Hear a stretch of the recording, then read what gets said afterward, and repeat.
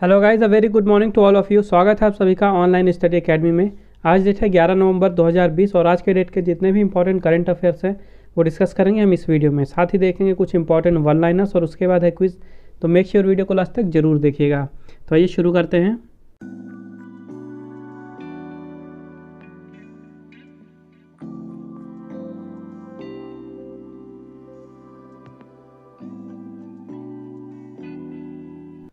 तो आज का पहला क्वेश्चन है, who has inaugurated development projects worth ₹614 crore in Varanasi.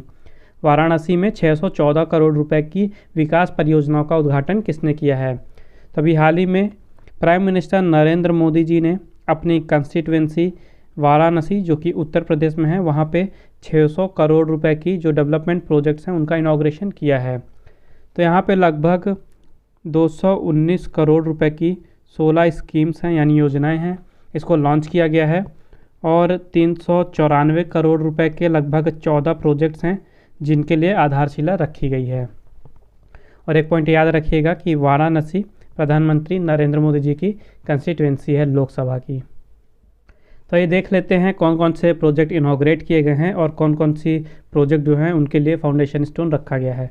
तो ऐसे प्रोजेक्ट जिनका इनॉग्रेशन हुआ है वो हैं Sarnath light and sound show, उसके अलावा 105 आंगनवाड़ी केंद्र, 102 गौ आश्रय केंद्र, उसके अलावा जो रामनगर में लाल बहादुर शास्त्री हॉस्पिटल है उसके अपग्रेडेशन के लिए प्रोजेक्ट, उसके अलावा सीवरेज के रिलेटेड वर्क्स, उसके अलावा संपूर्णानंद स्टेडियम में जो भी प्लेयर्स हैं उनके लिए एक हाउस कॉम्प्लेक्स बनाना, जो बनारस सिटी है वहाँ पे स्मार्ट लाइटिंग वर्क को डेवलप करना, उसके अलावा जो काउज़ हैं उनके प्रोटेक्शन और उनके कंजर्वेशन के लिए इंफ्रास्ट्रक्चर फैसिलिटीज़ बनाना, मल्टीपर्पज़ सीड स्टोर हाउस बनाना और 100 मीट्रिक टन का एक एग्रीकल्चर प्रोड्यूस वेयर हाउस बनाना। और ऐसे प्रोजेक्ट जिनके लिए फाउंडेशन स्टोन रखी गई इनमें थे 10 अश्वमेध घाट और खिड़किया घाट का रीडेवलपमेंट कार्य, उसके अलावा जो पीएसी पुलिस फोर्स है उसके लिए बाराक्स बनाना, वाराणसी में जो रोड्स हैं उनके रिपेयर वर्क करना, उसके अलावा जो टूरिस्ट प्लेस है उनका डेवलपमेंट करना, काशी के कुछ वार्ड्स का रीडेवलपमेंट करना और बेनिया बाग में रीडेवलपमेंट के काम करना और वहाँ पे पार्किंग फैसिलिटी बनाना। उसके अलावा गिरजा देवी संस्कृति संकुल जो है वहाँ पे एक मल्टीपर्पज़ हॉल है उसको अपग्रेड करना। तो इस तरह से 219 करोड़ रुपए की 16 स्कीम्स लॉन्च की गई हैं और 394 करोड़ रुपए के प्रोजेक्ट्स की आधारशिला रखी गई है। और उत्तर प्रदेश की बात करें तो यहाँ के चीफ मिनिस्टर हैं योगी आदित्यनाथ, यहाँ की गवर्नर हैं आनंदीबेन पटेल जो कि उत्तर प्रदेश के साथ ही साथ मध्य प्रदेश की गवर्नर हैं, और उत्तर प्रदेश की कैपिटल है लखनऊ। नेक्स्ट क्वेश्चन है, on which of the following date world science day for peace and development was observed. निम्नलिखित में से किस तारीख को शांति और विकास के लिए विश्व विज्ञान दिवस मनाया गया? तो हर साल 10 नवंबर को मनाया जाता है world science day for peace and development, यानी कि शांति और विकास के लिए विश्व विज्ञान दिवस। और इस दिन को शुरू किया गया था 2001 में, इसको प्रोक्लेम किया गया था यूनाइटेड नेशंस के द्वारा, लेकिन इसको मनाना शुरू किया गया था 2002 से। यानी हर साल 2002 से लेकर अब तक हर साल यूनाइटेड नेशंस के द्वारा 10 नवंबर को मनाया जाता जा रहा है शांति और विकास के लिए विश्व विज्ञान दिवस। और इसको मनाने के पीछे उद्देश्य क्या है? तो जो भी साइंस है, साइंस का कितना बड़ा रोल है, क्या उसकी भूमिका है, जो सोसाइटी है उसको पीसफुल बनाने में और सोसाइटी की डेवलपमेंट में साइंस का क्या योगदान है, उस चीज़ के बारे में जागरूकता फैलाने के लिए ये दिन मनाया जाता है। इसके अलावा साइंस सेक्टर में जो भी चैलेंज फेस किए जा रहे हैं उनके बारे में लोगों का ध्यान आकर्षित करने के लिए ये दिन मनाया जाता है। तो इसके लिए इस साल थीम रखी गई थी, थीम थी science for and with society. Theme जरूर याद रखिएगा, काफ़ी इंपॉर्टेंट होती है। Science for and with society theme रखी गई है world science day for peace and development की 2020 के लिए। और इसके साथ ही एक और इम्पॉर्टेंट डे मनाया गया 8 नवंबर को, ये था वर्ल्ड अर्बेनिज्म डे, यानी कि विश्व शहरीकरण दिवस। इसे वर्ल्ड टाउन प्लानिंग डे के नाम से भी जाना जाता है और इसे मनाया जाता है 8 नवंबर को। इस दिन को ऑर्गेनाइज कराया जाता है international society of city and regional planners के द्वारा। और इस दिन को मनाया जाता है ताकि जो भी नई कम्युनिटीज़ हैं, सोसाइटीज़ हैं, उनको बनाने के लिए, उनकी प्रॉपर तरीके से प्लानिंग करने के लिए, उसको प्रमोट करने के लिए ये दिन मनाया जाता है। तो अभी तक नवंबर में जितने भी इंपॉर्टेंट डेज आए हैं, आइए एक बार उनका रिवीजन कर लेते हैं। सबसे पहले 1 नवंबर को मनाया गया था वर्ल्ड वीगन डे। उसके बाद 2 नवंबर से 6 नवंबर तक मनाया गया इंटरनेशनल स्ट्रेस अवेयरनेस वीक। 5 नवंबर को मनाया गया वर्ल्ड सुनामी अवेयरनेस डे। 7 नवंबर को मनाया गया नेशनल कैंसर अवेयरनेस डे। 8 नवंबर को मनाया गया इंटरनेशनल डे ऑफ रेडियोलॉजी और उसके साथ ही वर्ल्ड अर्बेनिज्म डे। उसका 9 नवंबर को मनाया गया है नेशनल लीगल सर्विस डे।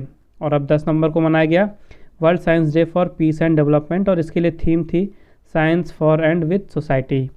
तो आई होप आपको वीडियो यूज़फुल लग रही होगी। अगर आपको वीडियो पसंद आ रही है तो प्लीज़ वीडियो को लाइक ज़रूर करें। उसके अलावा वीडियो को शेयर करें ज़्यादा से ज़्यादा अपने दोस्तों के साथ। चैनल को भी सब्सक्राइब जरूर करें और बेल आइकन भी ज़रूर दबाइएगा ताकि आने वाली वीडियोस की नोटिफिकेशंस आपको मिलती रहें। इसके अलावा अगर आपको रिवीजन के लिए आज की वीडियो की PDF या MP3 फाइल चाहिए तो उसकी लिंक मैंने नीचे डिस्क्रिप्शन बॉक्स में दे दी है, आप वहाँ पर विजिट करके फ़ाइल डाउनलोड कर सकते हैं।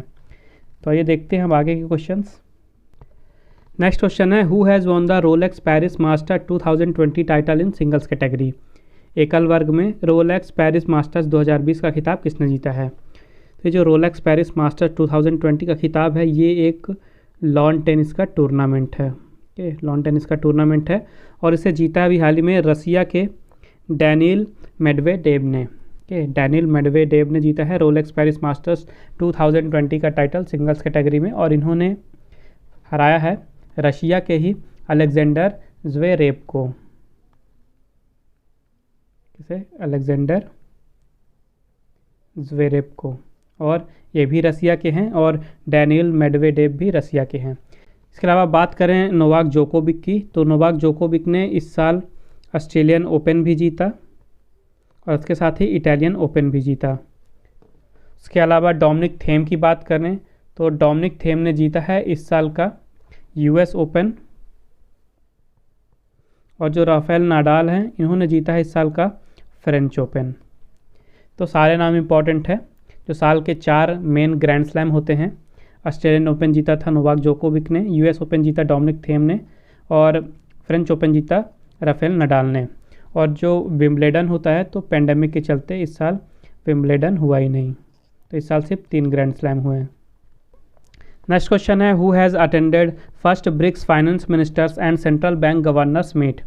ब्रिक्स वित्त मंत्रियों और सेंट्रल बैंक गवर्नर्स की पहली बैठक में किसने भाग लिया है। तो अभी हाल ही में जो ब्रिक्स है वहाँ के फाइनेंस मिनिस्टर और सेंट्रल बैंक गवर्नर्स की मीटिंग हुई और ये सबसे पहली मीटिंग थी और इसमें भारत को रिप्रेजेंट किया है भारत की वित्त मंत्री निर्मला सीतारमण जी ने। भारत की फाइनेंस मिनिस्टर निर्मला सीतारमण जी ने रिप्रेजेंट किया भारत को इस मीटिंग में। तो इस मीटिंग में जो ब्रिक्स है, ब्रिक्स के जो भी मेंबर्स हैं यानी कि ब्राज़ील, रसिया, इंडिया, चाइना और साउथ अफ्रीका, ये मेंबर कंट्रीज़ हैं ब्रिक्स की। तो इन सारी देशों के फाइनेंस मिनिस्टर उपस्थित हुए वर्चुअली और यहाँ पे डिस्कस किया गया कि जो कोविड-19 पैंडेमिक चल रहा है उससे निपटने के लिए जो ब्रिक्स मेंबर्स हैं क्या कुछ इनिशिएटिव वो ले रहे हैं इकोनॉमी को मेंटेन रखने के लिए। उसके अलावा जो ब्रिक्स का बैंक है जिसे कहा जाता है न्यू डेवलपमेंट बैंक। ब्रिक्स का जो बैंक है इसे न्यू डेवलपमेंट बैंक कहा जाता है या फिर ब्रिक्स बैंक के नाम से ही जाना जाता है। तो इस मीटिंग में जो ब्रिक्स बैंक्स है उसके मेंबरशिप को और भी ज़्यादा एक्सपैंड करने के बारे में भी डिस्कशन किया गया, यानी कि जो मेंबर्स हैं ब्रिक्स के वो न्यू डेवलपमेंट बैंक के अंदर और भी ज़्यादा मेंबर्स को जोड़ना चाहती हैं। नेक्स्ट क्वेश्चन है who will head the 12 member covid task force announced by Joe Biden. Joe Biden द्वारा घोषित 12 सदस्यों की कोविड-19 टास्क फोर्स का प्रमुख कौन होगा। तभी हाल ही में जो USA के नए प्रेसिडेंट बनने वाले हैं 46th प्रेसिडेंट बनेंगे। इन्होंने हाल ही में हुए प्रेसिडेंशियल इलेक्शन जीते हैं और ये बनेंगे USA के 46th प्रेसिडेंट। कौन बनेंगे? Joe Biden. तो जो बाइडेन ने अनाउंस किया है एक 12 मेंबर्स की कोविड-19 टास्क फोर्स का, जो कि अमेरिका में जो कोविड-19 की महामारी चल रही है बहुत ज़्यादा ही वहाँ पे प्रभाव पड़ रहा है, सबसे ज़्यादा केसेस वहीं पे हैं प्रेजेंट में। तो उस पेंडेमिक से निपटने के लिए ये 12 मेंबर्स की एक कोविड-19 टास्क फोर्स बनाई जा रही है और इसके हेड बनेंगे विवेक मूर्ति जी। विवेक मूर्ति। और ये टास्क फोर्स बनाया गया है क्योंकि USA जो है अब बन गया है पूरे विश्व भर का इकलौता देश जहाँ पे 10 मिलियन कोविड के केस हो चुके हैं। 10 मिलियन कोविड के केस हो चुके हैं यहाँ पे, काफ़ी ज़्यादा प्रभावित हो चुका है और इसी पेंडेमिक से निपटने के लिए ये टास्क फोर्स बनाई गई है। और यहाँ पे कोरोना इतनी तेज़ी से बढ़ रहा है कि पिछले एक हफ्ते में बात करें तो जो यहाँ पे केसेस हैं ये 4 गुना तक बढ़ चुके हैं। और इस टास्क फोर्स का अनाउंसमेंट किया है जो यूएसए के 46th प्रेसिडेंट बनने वाले हैं जो बाइडेन, और इन्हीं के साथ ही वाइस प्रेसिडेंट बनेंगी कमला हैरिस। ये नाम भी इम्पॉर्टेंट है काफ़ी कमला हैरिस का, क्योंकि ये यूएसए की पहली महिला वाइस प्रेसिडेंट बनेंगी, जैसे कि फर्स्ट वुमेन वाइस प्रेसिडेंट बनेंगी कमला हैरिस। इसके अलावा जो विशाल वी वर्मा हैं, इन्हें अभी हाल ही में यूनेस्को में भारत के रिप्रेजेंटेटिव के रूप में नियुक्त किया गया है। जो अपूर्व चंद्रा जी हैं, इन्हें अभी हाल ही में इंटरनेशनल लेबर ऑर्गेनाइजेशन की जो चेयरमैनशिप है ये मिली है भारत को 35 सालों के बाद, और इसी चेयरमैनशिप के चेयरपर्सन के रूप में नियुक्त किया गया है अपूर्व चंद्रा जी को। और जो दिलीप रथ हैं, इन्हें अभी हाल ही में इंटरनेशनल डेयरी फेडरेशन के बोर्ड में नियुक्त कर लिया गया है। नेक्स्ट क्वेश्चन है which state has topped in inter state migrant policy index. अंतर्राज्यीय प्रवासी नीति सूचकांक में किस राज्य ने शीर्ष स्थान प्राप्त किया है। तो अभी हाल ही में IMPEX यानी कि inter state migrant policy index जारी की गई, और इस इंडेक्स में टॉप पे रहा केरला। और ये इंडेक्स जारी की गई, इसमें कवर क्या किया गया, तो काम के लिए जो भी वर्कर्स हैं, माइग्रेंट्स हैं, एक स्टेट से दूसरे स्टेट में माइग्रेट करते हैं, मतलब काम के लिए एक स्टेट से दूसरे स्टेट में जाके वो बस जाते हैं, तो उन्हीं को कवर किया गया है इस इंडेक्स में। और इस IMPEX में भारत का स्कोर रहा 37 आउट ऑफ 100। एक पॉइंट ये याद रखिएगा, टॉप किया है केरला ने, वहीं सबसे नीचे रहा है दिल्ली। और 2011 के सेंसस के अनुसार भारत में 455 मिलियन इंटरनल माइग्रेंट्स हैं। ओके, कितने? 455 मिलियन इंटरनल माइग्रेंट्स हैं भारत में। टॉप किया है केरला ने, तो केरला के चीफ मिनिस्टर हैं पिनराई विजयन, कैपिटल है तिरुवनंतपुरम, और गवर्नर हैं आरिफ मोहम्मद खान। नेक्स्ट क्वेश्चन है हु हैज़ इनॉग्रेटेड डोबरा चांटी सस्पेंशन ब्रिज। डोबरा चांटी सस्पेंशन पुल का उद्घाटन किसने किया।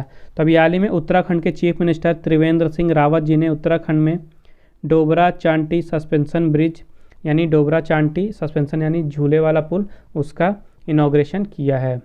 और इस पुल की खास बात ये है कि ये भारत का सबसे लंबा motorable single lane suspension bridge है। ओके, भारत का सबसे लंबा motorable single lane suspension bridge है। और ये ब्रिज बनाया कहाँ गया है? ये बनाया गया है तेहरी लेक के ऊपर। ओके, तेहरी लेक के ऊपर, जो कि है तेहरी गढ़वाल डिस्ट्रिक्ट में। और इस सस्पेंशन ब्रिज की लंबाई है 440 मीटर की। ये बनाया गया है तेहरी लेक के ऊपर। तो इससे जो ट्रेवल टाइम था टेहरी और प्रताप नगर के बीच में, तो पहले 5.5 घंटे लगते थे इस डिस्टेंस को कवर करने में, लेकिन अब ये जर्नी 1.5 घंटे में ही पूरी हो जाएगी। उसके अलावा और क्या क्या बेनिफिट हैं इस ब्रिज की, तो कनेक्टिविटी बेहतर होगी इस रीजन में। इस ब्रिज के बन जाने के बाद टूरिज़्म को भी बढ़ावा मिलेगा। एक तरह से ये डेवलपमेंट के गेटवे के रूप में काम करेगा, और यहाँ पे लोकल एम्प्लॉयमेंट भी बढ़ेगी। और बात करें उत्तराखंड की, तो चीफ मिनिस्टर हैं त्रिवेंद्र सिंह रावत, गवर्नर हैं बेबी रानी मौर्य, और समर कैपिटल है गैरसैंण, और ये नाम इम्पॉर्टेंट है, रिसेंट में ही बनी है गैरसैंण समर कैपिटल, और विंटर कैपिटल है देहरादून। नेक्स्ट क्वेश्चन है who has launched wildlife rescue mobile app to monitor the rescue of wildlife. वन्य जीवों की बचाव की निगरानी के लिए wildlife rescue mobile app किसने लॉन्च किया है। तो अभी हाल ही में पंजाब के गवर्नर और चंडीगढ़ के एडमिनिस्ट्रेटर VP सिंह बदनौरे जी ने वाइल्ड रेस्क्यू नाम का एक मोबाइल ऐप लॉन्च किया है। और ये मोबाइल ऐप लॉन्च क्यों किया गया है, तो ऐसे जानवर जो कि ज़ू से, पार्क से या जंगल से कहीं से भी निकल के रेसिडेंशियल एरियाज़ में आ जाते थे, जहाँ पब्लिक रहती वहाँ पे आ जाते थे, तो वहाँ पे काफ़ी ज़्यादा खतरा बढ़ जाता था इंसानों के लिए। तो इस मोबाइल ऐप का यूज़ करके जो पब्लिक है, तो अगर कोई जानवर वहाँ पे आता है तो उसके बारे में इंफॉर्मेशन दे सकती है जो भी वाइल्ड लाइफ रेस्क्यू डिपार्टमेंट है चंडीगढ़ का, वहाँ पे ऑनलाइन ही इस ऐप के थ्रू इंफॉर्मेशन तुरंत दी जा सकती है। और जो भी रेस्क्यू वाली टीम होगी वो तुरंत वहाँ पे पहुँचेगी और उस जानवर को पकड़ के वापस से जहाँ से वो आया है, जंगल से, जू से या पार्क से, जहाँ से भी आया है उसे वहाँ पे छोड़ दिया जाएगा। तो ऐप का नाम है वाइल्ड लाइफ रेस्क्यू। लॉन्च किसने किया है? वीपी सिंह बदनोर, और ये पंजाब के गवर्नर भी हैं और चंडीगढ़ के एडमिनिस्ट्रेटर भी हैं। नेक्स्ट क्वेश्चन है, which book has won the JCB prize of literature 2020? किस पुस्तक ने साहित्य के लिए 2020 का JCB पुरस्कार जीता है? तो अभी हाल ही में मलयालम ऑथर हैं S Harish. Okay, S Harish नाम है ऑथर का, और इन्हीं की बुक है मुस्टैच। मुस्टैच ने जीता है 2020 का JCB prize for literature. Okay, author का नाम है एस हरीश और बुक का नाम है मुस्टैच। तो इस बुक को इंग्लिश में ट्रांसलेट किया जाएगा जयश्री कलाथिल के द्वारा, और इसको पब्लिश किया जाएगा हार्पर कॉलिन्स इंडिया के द्वारा। और जो JCB प्राइज़ फॉर लिटरेचर है, ये भारत का सबसे रिचेस्ट लिटरेरी प्राइज़ माना जाता है। और इस प्राइज़ में जो भी ऑथर होता है, जिसकी बुक को अवार्ड मिलता है, उसको 25 लाख रुपए का प्राइज़ दिया जाएगा। उसके अलावा जो ट्रांसलेटर हैं उनको 10 लाख रुपए का एडिशनल प्राइज़ भी दिया जाएगा। नेक्स्ट क्वेश्चन है, who has inaugurated anti satellite missile system model at DRDO headquarters? DRDO मुख्यालय में anti satellite missile system model का उद्घाटन किसने किया है? तभी हाल ही में रक्षा मंत्री राजनाथ सिंह जी ने, जो DRDO का हेडक्वार्टर है न्यू दिल्ली पे, वहाँ पे एक anti satellite missile system model का उद्घाटन किया है उन्होंने। कहाँ पे? न्यू दिल्ली में। और हाल ही में DRDO ने एक एंटी सैटेलाइट मिसाइल का सक्सेसफुली टेस्ट किया है doctor APJ Abdul Kalam island Orissa में। कहाँ पे? Doctor APJ Abdul Kalam station Orissa में। और ये जो मॉडल है, इसको डेवलप किया गया है, इसको डिज़ाइन किया गया है जो सैटेलाइट्स होती हैं उनको डिस्ट्रॉय करने के लिए, और भी अलग अलग तरह के मिलिट्री पर्पसेस के लिए। और कौन कौन सी कंट्रीज़ हैं जिनके पास एंटी सैटेलाइट वेपन्स हैं? तो वो कंट्रीज़ हैं, इंडिया के पास हो गया है, चाइना है, USA है, रसिया है। तो सिर्फ ये 4 कंट्रीज़ हैं जिनके पास ये एंटी सैटेलाइट वेपन्स हैं प्रेजेंट में। और बात करें DRDO की, तो इसका पूरा नाम है Defence Research and Development Organisation. इसकी स्थापना हुई थी 1958 में। इसका हेडक्वार्टर है न्यू दिल्ली में और चेयरमैन है G सतीश रेड्डी। तो ये मूव करते हैं आज के इंपॉर्टेंट वन लाइनर्स की तरफ। सबसे पहले है, Sasindran Kallinkeel has penned the novel Rasathi the other side of a transgender. Sasindran Kallinkeel ने Rasathi the other side of a transgender उपन्यास लिखा। Atal Bimit Vyakti Kalyan Yojana has been extended to June 2021। Atal Bimit Vyakti Kalyan योजना को जून 2021 तक बढ़ा दिया गया है। नेक्स्ट है, Vidya Balan's Natkhat wins the top prize in 3rd edition of best of India short film festival 2020। तो बॉलीवुड एक्ट्रेस हैं विद्या बालन, इन्हीं की अभी एक शॉर्ट फिल्म है नटखट, और इस नटखट ने सर्वश्रेष्ठ भारत लघु फिल्म समारोह 2020 के 3रे संस्करण में शेष पुरस्कार जीता है। नेक्स्ट है, Trailblazers beat Supernovas to win women's T20 challenge 2020 title. तो जिस तरह से मेल्स का IPL टूर्नामेंट हो रहा है, इंडियन प्रीमियर लीग, उसी तरह वीमेंस के लिए टूर्नामेंट रखा गया था, वीमेंस T20 चैलेंज 2020 एडिशन था इस साल, और इसी खिताब को जीत लिया है इस साल ट्रेल ब्लेजर्स ने, और इन्होंने फाइनल में हराया है सुपरनोवास को। और लास्ट है, West Indies Michael Holding has been appointed as patron of Marylebone cricket club foundation. West Indies के माइकल होल्डिंग को मैरिलबोन क्रिकेट क्लब फाउंडेशन के संरक्षक के रूप में नियुक्त किया गया।